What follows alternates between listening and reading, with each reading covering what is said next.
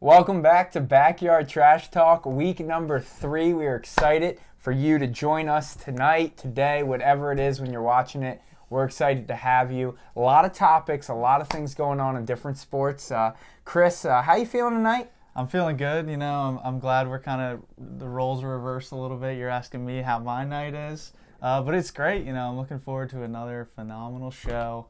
Right next to my great little co-host here, I guess, John. John, how are you feeling tonight? I'm feeling great. I'm glad to be your great little 6'1" co-host. Appreciate it. Let's just dive right in. Masters coming up. A lot of things going on. What you might not know is that Chris Anderson worked the Masters. And so before we kind of get into who we think is going to win, Chris, I just want to ask you, what was that experience like? Yeah, and it's a tradition unlike any other, for sure. It's just like the commercials say. But no, seriously. So I got the privilege to work the Masters 2 years ago. I was able to work in one of the VIP restaurants there, and it was really interesting just to see kind of all the behind the scenes that go into the tournament. There's so much stuff that you don't get to see on TV. You just get to see the golfers looking pretty, but there's a lot that goes on behind the scenes, and probably one of the biggest takeaways I took from it was just how beautiful the course itself is. It's the grass is greener. The fairways are more smooth than you've ever seen before. It's truly an immaculate course. It really is, and you get to see that on TV definitely, and you can compare it to a lot of other courses. But for me, I mean, it was just absolutely beautiful, absolutely stunning. And one of the little things that you might not get to see on TV, and whenever anybody asks about the Masters, is what is kind of the one little thing that people don't realize is how fast those putting greens are. They're like glass. I mean, you see a golfer tap a putt, it looks like it's like, dude, what are you doing? It looks like it's gonna go 2 feet, and that thing just takes off. So it's the glass, and then also the greens itself are a lot more sloped than you'd think. So putting at Augusta National is just treacherous. But it's going to be a great tournament, and I'm looking forward to it. It's nice to be able to watch it on TV and not have to work throughout the whole tournament. So I'm excited to kind of just sit back and relax and watch it. And when you worked in the VIP lounge, whatever, restaurant, who were some of the people that walked into your restaurant? Yeah, I guess some of the biggest names I got to see was John Harbaugh. Comes to mind, one Super of the Bowl biggest champ names. Coach. Yep, he was there with Ozzie Newsome. Hall of Fame GM. Him and there having a nice, good breakfast. Another guy, kind of low-key guy, little Fitzmagic came in the building. Brian Fitzpatrick, he's actually huge. This guy's like 6'4", 6'5". He's a lot bigger than you think. So those were pretty much the two big names that come to mind when when I got the privilege of working the Masters. But it was a great tournament, and looking forward to some great golf this weekend. So last question, real quick. Okay, I'm gonna jump right in there. How is the quality of food, and how is the price of food? Well, it's funny you mentioned that, because I don't know if anybody's seen kind of going around Instagram or on Twitter. The actual prices of the Masters food is pretty unreal. If you look at the sandwiches, the drinks, you could probably have a nice meal for about $4. It's pretty unbelievable how easy the prices are. It is like $1,000 to get in, so the upfront costs are there. But it's funny seeing a picture of the actual food menu. It's like barbecue sandwich, like $2.50. It's like a bag of chips, 75 cents. You feel like you're back in like the 60s or 70s. But the food itself is great. The atmosphere is amazing. It's truly a different experience. It's unlike any other sporting event, because you get to walk each hole. You're right there with the golfers. It's just truly a great tournament and a great weekend, and I'm really looking forward to it. Awesome. Well, let's just cut to the chase. Who wins? Who wins the Masters 2019? It's just in golf, it's so tough to pick one guy. A guy I would like to see win, Ricky Fowler. I knew it was coming. Ricky Fowler, first of all, love the swag. He's rocking the all orange. He's rocking the single color neon. Yeah. He's always looking good on the course. AA batteries. He's looking good. Yep. But he hasn't got the big one. And that was LeBron's knock for years, and not being able to win the big one. It's interesting if he's going to be able to overcome this hurdle. All of his friends, Jordan Spieth, Masters champion, Justin Thomas has won 3 or 4 majors. A lot of his close friends have won it, and he hasn't been able to kind of get it over that hump and win that first major. So he's kind of the guy I'm looking out for this week, and hopefully he can finally get that first major. All right, I'm gonna go with a obvious pick. If you are not a casual golf fan, if you are a casual golf fan, you're probably alarmed with this pick. Jordan Spieth comes back and wins it. Has had a terrible 2019 season, not golfing well, but like any good stock, you need to buy low, sell high. I'm going to buy Jordan Spieth. He had a great run last year, played pretty well. It's his course. He plays really well at Augusta. It sets up for his match play. I really like him here. A guy I was going to also say to look out for was Ricky Fowler, coming so close. I think the X factor with Ricky is the first 2 days. If he puts on a really good showing, he tends to finish strong in these tournaments over the last couple of years, his day 3 and day 4. So with Spieth, I like his upside. I like that he's been doing terrible. There is no pressure on him right now. No one's expecting a lot out of him. There's not a lot of press about him winning this thing. I think he gets to come in, swing the club with no reservations, and watch out for him. Yeah, I mean, it's interesting you bring it up, because I think Spieth is a big name now in golf. And a lot of people just think, oh, Spieth, yeah, he's great. He's always going to be in contention. When in fact, the past year and a half, he's really been kind of a non-factor in a lot of these tournaments. He's just recently been able to kind of kick it up late and get some things going. But he's one of those guys that you think just naturally he's going to come into Augusta and just dominate. But he has he's had a little bit of a slow going the last few years. So I like the pick. I think Augusta brings out the best in everybody. So I think we're going to get Spieth's best weekend. We're going to get a lot of people's best weekend. So one last question about the Masters, who everyone's going to want to talk about. Tiger Woods, El Tigre. John, he's had his back problems. He's had his mental problems. What do you think about this weekend and his chances of winning? I'm going to say it. It's unpopular now. Tiger Woods is washed up. He's not winning another one. I know people hate to hear that. He went from beloved to hated to now loved again. Everyone loves an underdog story. Everybody loves a redemption story. I'm glad he's in the good graces of golf. I'm glad that he was humbled. He actually talks to people on the course now. I'm happy for him. I'm happy for where the direction of his life is going, but he will not win another Masters. Yeah, and he's one of those guys that no matter how old he is, he could be 75 and he's going to have a crowd of 75,000. I mean, there are going to be people following no matter what. So it really, what I'm hoping for this weekend is he's at least in contention. Yeah. Do I see him winning? No, probably not. Sorry, Luke Farrell, but as much as you like to see him win, I just don't see it. There's just too much as of yet. I can see him later in the year kind of turning it up and maybe getting something going. But right now, at the beginning of the season, I just don't see it. But I would love to see him in at least contention on Sunday, because there's nothing CBS loves more than have Tiger in contention on a Sunday. Red polo on Sundays. It's unbelievable, and to see him kind of roaring up the leaderboards it's great to watch. So I'm really just looking forward to some great entertainment this weekend. Unfortunately, he looks more like an Office Depot employee than a professional golfer on Sundays. Go check them out. Speaking of wear and dress, if you will, we have the Jets jerseys. The Jets jerseys. Chris, they revealed them. Sam Darnold came out.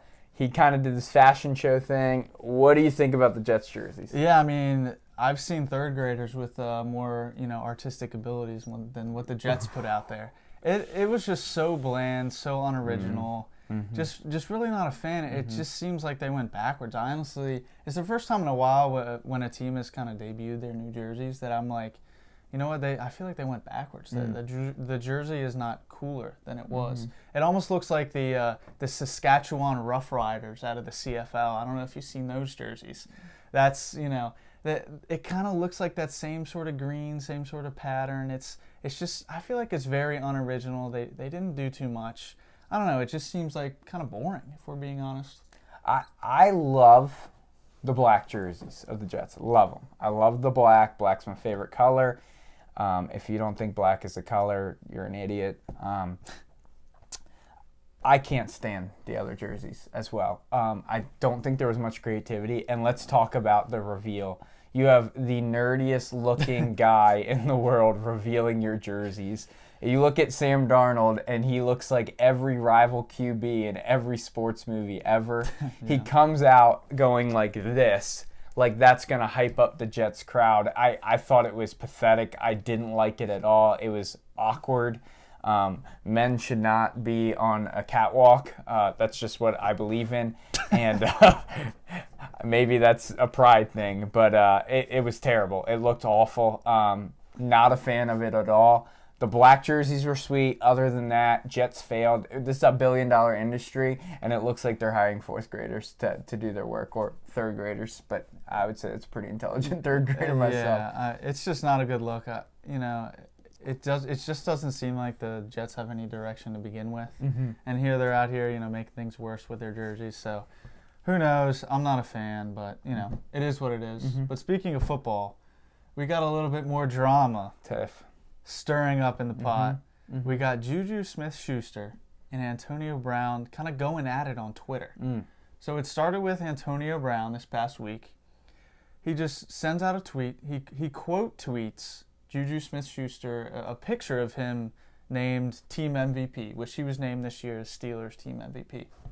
And essentially what he said was, boy fumbled the season away in the biggest game of the year, which, if you don't remember, he did fumble at the end of the Saints-Steelers game that pretty much knocked him out of playoff contention. Week 16, they lost their own destiny. Yeah, so, AB calls out JUJU Smith-Schuster for fumbling, and JUJU responds, hey, what's the deal, man? I've been nothing but great to you. I've been nothing but friendly. I cheered you on when you were getting your money in Oakland, and now you're coming out here just shooting me down. What's the deal? Mm-hmm. John, what's going on in AB's head?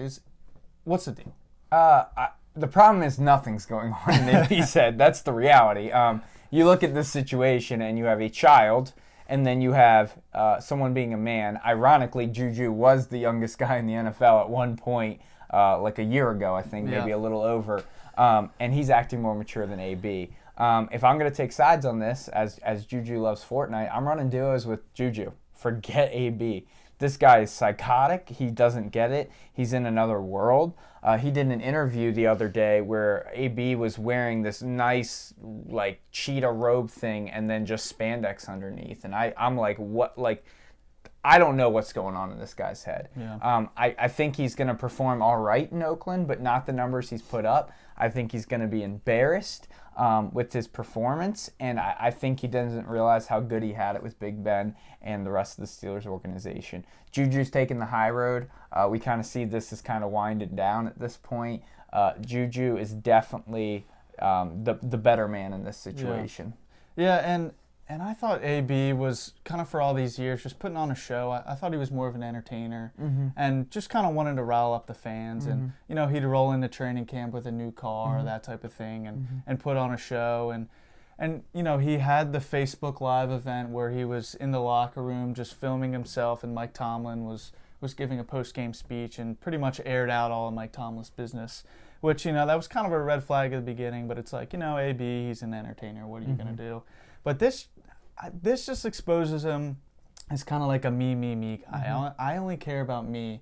And I really believe that this year he saw JUJU Smith, putting up yards. He was put up 1,000 yards. He was, getting all these followers on Instagram, YouTube, was streaming on Fortnite, being a big kind of pop culture guy. And honestly, I think Antonio Brown was just a little jealous of that. And I think once he got away from Pittsburgh and got away from all of that, where JUJU could only tweet at him and not actually talk to him, I think he was like, you know what? I'm jealous. I'm going to send out some tweets. Send it. And AB, I didn't think I'd say this, but I think if you're a Steelers fan, you're glad to have him off the team. Yeah. As much of a talent that he is, not worth he's a huge distraction, and you don't really need that on your team. You don't need that kind of guy that's only about him and not about the team.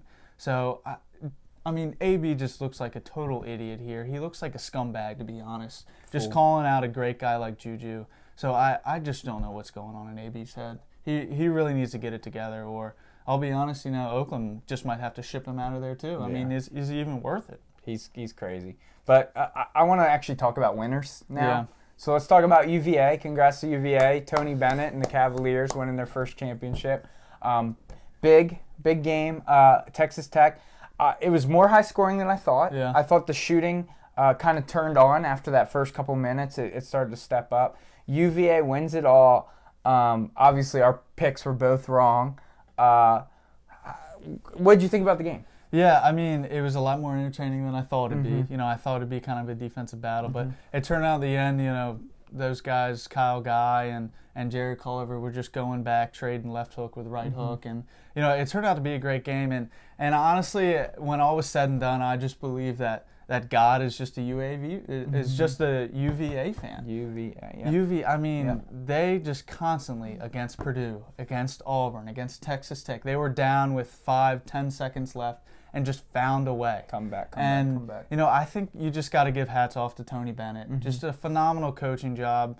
Phenomenal human being. Yeah, you could really never count him out of a game, and to be able to come back after losing to a 16 seed and win the national championship is truly a great story. As much as I kind of wanted to see a different storyline and more of a high flying team, because UVA plays that more fundamental basketball. We're going to sit down, we're going to play defense. You really got to give hats off to Tony Bennett. Great coaching job. They won it the right way. They played basketball how you should play basketball, play good defense, make your shots. So really just got to give congrats to them. And, I was just surprised, honestly. It was a better game than I thought it would be. I got one question. Yeah. With the exception of Kyle Guy, do you know any other man with a thigh tattoo? Yeah, no. Can we talk about that? You look at the guy and you don't think this is a thigh tattoo kind of guy. But apparently he is. Apparently it works. If you want to be a winner, get a thigh tattoo. I don't know. It's awkward. Works, it's weird. He was a great basketball player. He knew he was going to show off probably when he got it. And I'm not going to question it because I guess it works. But at the same time, I'm totally questioning it because it's weird. Yeah. Congrats to Virginia. Tony Bennett, great guy. Richie McKay, LU. I don't want to say alumni, but alumni in some ways. Flamer. Won Coach of the Year. He came from Tony Bennett's staff. Okay. So great relationship there. Actually, I did hear that Tony Bennett and players do sometimes still come to Liberty University to cheer on Richie McKay. So the relationship there as a Liberty alumni, a lot of respect. Heard he's a great guy, just a great man and a great coach. So congrats to him. Yeah, and it's truly a great game and fun to watch. And there wasn't the kind of Cinderella story that you normally like to see. Just some blue bloods going at it, but can't knock it, and we can only hope for maybe some more Cinderella upsets next year. Absolutely. But speaking of, not even speaking of underdogs, speaking of just a guy who's awful at his job, let's talk about a little Chris Davis. All right.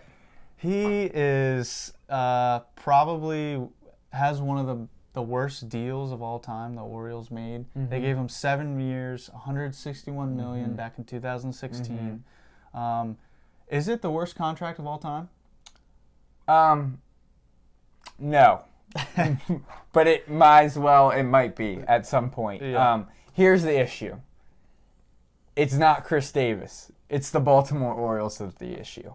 Baltimore historically, since our lifetime, has not been willing to spend. Yeah. Then they started to get good in the early 2010-ish area. 2012, they start becoming a real team, and then they become playoff contenders. They had a lot of young talent, and they decided to spend money, but just on one guy, and they picked Chris Davis. And I know Adam Jones got a deal. I get that, but Manny was on the horizon. Wieters was on the horizon. We had a couple relief pitchers that I thought were solid, deserved deals. But we put it all on Chris Davis after 2 great hitting years. But if you looked at the numbers, the batting average, you knew it was not going to be sustainable what he did. And so what happens now? He strikes out. No looker right now. He's going to strike out from a low and inside curveball because he's done that about 30 times already in a game pretty much. So look out for that. Chris Davis, great human being, great guy.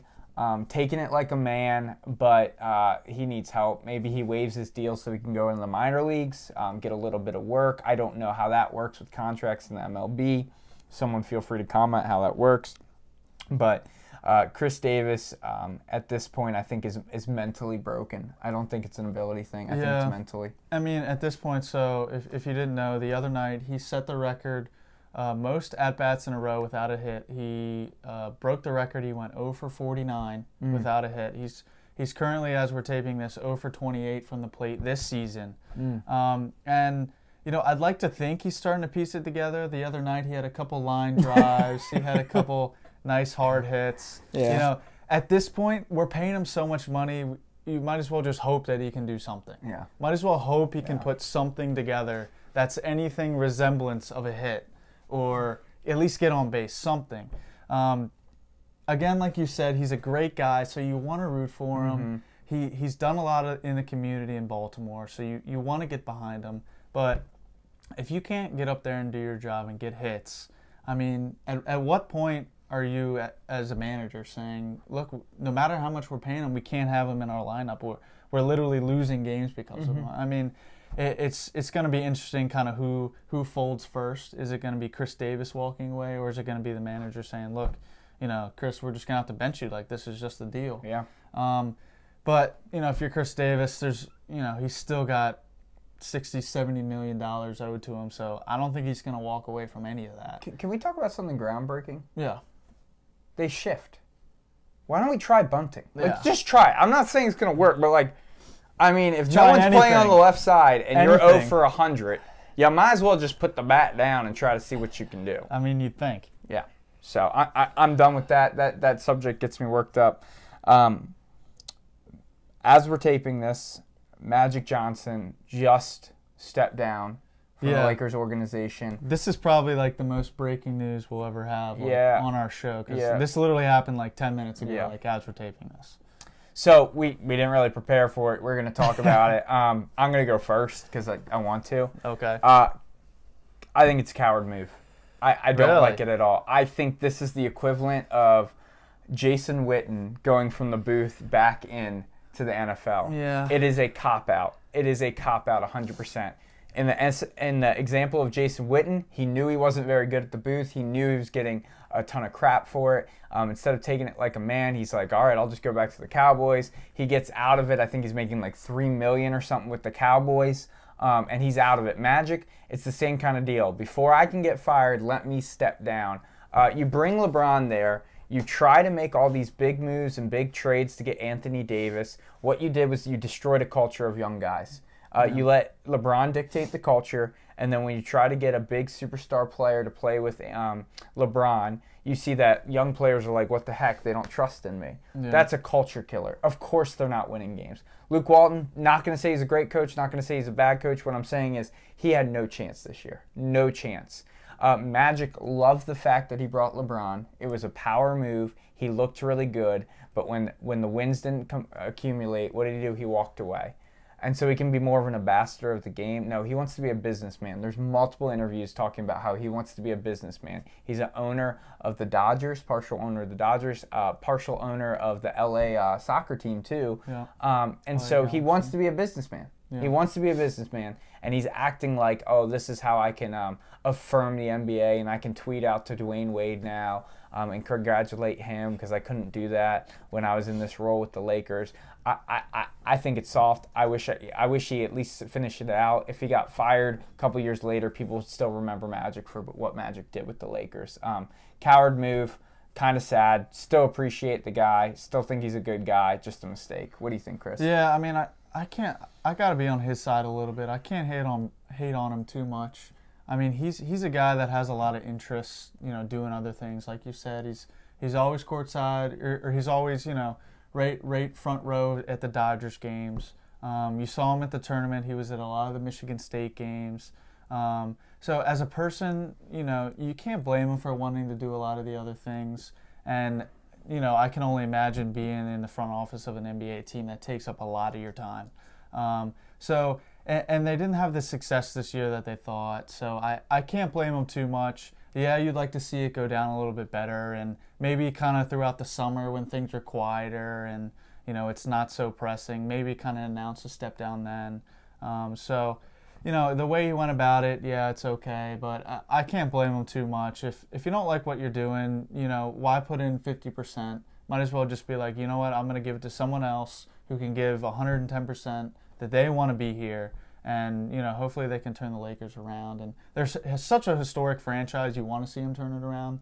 And, you would have thought a guy like Magic could maybe have a hand in that. But, it's just not going to be like that. But it's kind of unfortunate, and you maybe would have liked to seen him do it another way. But, I can't give him too much crap for it. All right, well, that concludes our episode of Backyard Trash Talk. Feel free to leave comments of what you want to talk about. We want to talk about what the people want to talk about. Thank you for watching. Have a good day, evening, morning, whatever it is. Take care. Hey, we appreciate it. We love you guys. Thank you.